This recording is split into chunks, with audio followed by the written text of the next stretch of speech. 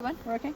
Alright, so we are going to do a varroa wash so we know the infestation rate of this beehive. Okay, so it's autumn here in New Zealand. It's a good time to be checking what your varroa numbers are so you know when to treat and what your starting varroa number is, so that when you do treat you know that it's not already past the point of no return. I've just got these in my bloody way. Alright, so we need to find our brood frame. So we need to find some big lovely frames covered in brood. Here's one I prepared earlier. So when I say we want brood frames, because varroa, this is where varroa live. They live underneath these little cappings under here. So see these little babies that are hatching out? If there's varroa in this hive, these little babies hatching out are going to have varroa on them. So sorry, I'm just testing. There was a dodgy little cell there, so I'm also testing for AFB at the same time. Alright, so I'm going to shake these bees off, and some of them are going to give their lives to science. So, once you've found a brood frame, you better make sure 100% that there's no queen on it, because that's not going to be a great day if you kill your queen in your varroa wash. Okay, so if you read the varroa manual, it's going to ask for 2 or 3 of these lovely brood frames. Oh, shit, a brick! Look what I just found. And this, my friends, is why we need to check each frame and be doubly sure. Maybe get someone else's eyes to check. Alright, Miss Queenie. So the fact that I found her, that's good. So I know exactly where she is, but I do want this frame, so I'm actually going to pick her up and put her right over here in the very, very furthest away space of where I am. If she wants to get off my finger, that would be great. Okay, so she is, they're all over me because I smell like queen. Okay, so she is in the hive, so now I know where she is. Fantastic. All right, so this is number 1 frame. So down here I have my tray, which as you can see is just a hive lid, but you know that's how we do it here. All right, I'm going to shake the bees off just like that. So remember, like I say, in the varroa menu it asks for 2 or 3 frames.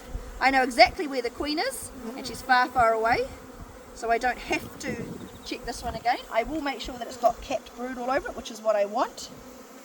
But like I say, I know Miss Queenie is not on it, and it's full of bees and lovely capped brood, so I'm going to shake this one as well. Now it asks for 2 or 3 just to get a proper sample of your hive, but remember that every time you get a new frame and shake them off, you increase the chances of accidentally throwing your queen in there. So if you're not too confident, shaking 2 in is perfectly fine. So over here I have my little varroa easy check, and here I've got alcohol. So I'm going to take that lid off. This is where I'm going to put my 300 bees, and I'm going to put this quite far away. You don't ever want to put that on top of here, because I have, sorry to admit, but I have one time accidentally tipped the alcohol into a hive. Didn't go down well. So we have got our normal hive, we've got our little 300 jar container there, our little lid, and now we're going to take our sample of bees.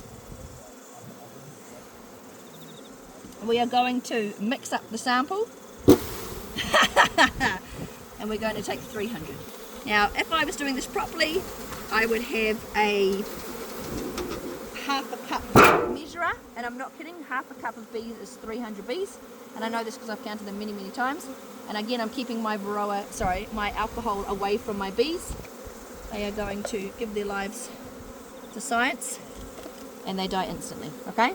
It's a very, very humane way to do this, because they really do die instantly. Okay, so because I don't particularly want to keep this hive open for too long, I'm just going to do a very quick little close there, and then I'm just to keep the bees contained, because I want to know what this level of varroa is to determine what or how much I treat this hive. Okay, so I've got my bees in here, and now I'm going to shake the bajingas out of them.